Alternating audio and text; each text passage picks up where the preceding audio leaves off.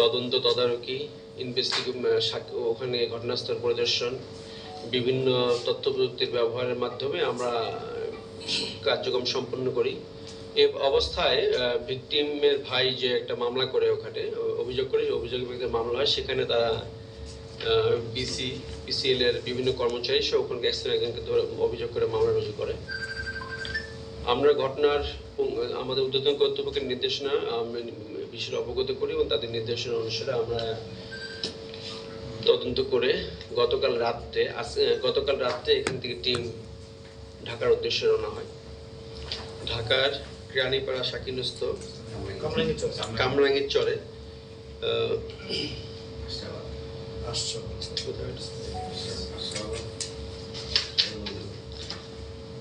চর থানাধীন আশরাবাদ নবীনগরের নার্সারি গলির নূর হোসেন বাবুলের বাসা থেকে রবিউল ইসলাম অন্তরকে ওখানে উদ্ধার করে।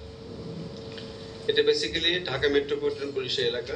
আমরা তার যে এক্ষেত্রে আমরা ওখানে গিয়ে তখন তাকে ওখানে পাই এবং তাকে জিজ্ঞাসাবাদ করে যেটা জানতে পারি যে কোনো একটা ওই দিন ঘটনার সময় কোনো একটা সময় সে তাকে একটা গাড়িতে করে কেউ একজন নিয়ে যায়, নিয়ে গিয়ে ভাঙ্গার মোড়ের ওখানে তাকে গাড়ি থেকে নামায় দেয়।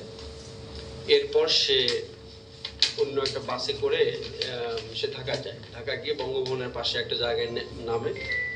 এরপর ওখানে নামার পর সে তার এক বন্ধু আছে ওখানে, বাড়ি হলো তার কলাপাড়া, কিন্তু থাকে ঢাকায়, আলামিন নাম। তার সঙ্গে তাকে কথা বলে সে তখন গিয়ে আলামিন এই ভিকটিমকে এই ঠিকানায় পৌঁছায় দেয় যেখানে তার বন্ধু থাকে, আনাস আহমেদ প্রান্ত 26,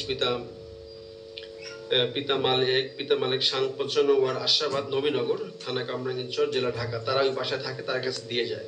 এবং আরেকজন তাদের বন্ধু মোহাম্মদ আসাদ, পিতা লোকমান, আশরাবাদ নবীনগর নার্সারি গলি, যারা ওই বাসায় থাকে আর কি, তাদের কাছে গিয়ে বলে যে আমার আলামিন বলে আমার ফ্রেন্ড, এর একটু সমস্যা আছে, এই কিছুদিন এখানে থাকবে আর কি।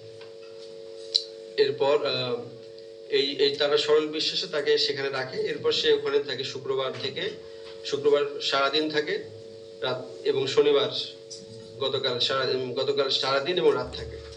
এরপর আমাদের টিম গতকালকে গিয়ে সকাল 6:30 ওই বাসা থেকে এডিশনাল এসপি সদর সাইকেল সে গিয়ে তাকে রিকভারি করে। এরপর বেসিক্যালি এটা দেখেন যে আসলে এটা একটা অপহরণ মামলা গুরুত্বপূর্ণ। এখানে এলাকায় অনেক চাঞ্চল্যের সৃষ্টি হয়েছে। বিভিন্ন প্রিন্ট মিডিয়া আপনাদেরকে অনেক ক্ষেত্রে আমাদেরকে আপনারা প্রশ্ন করেছেন। আমরা নিয়ম অনুসারে তদন্তের কার্যক্রম বিষয়টা আমরা এটা করেছি।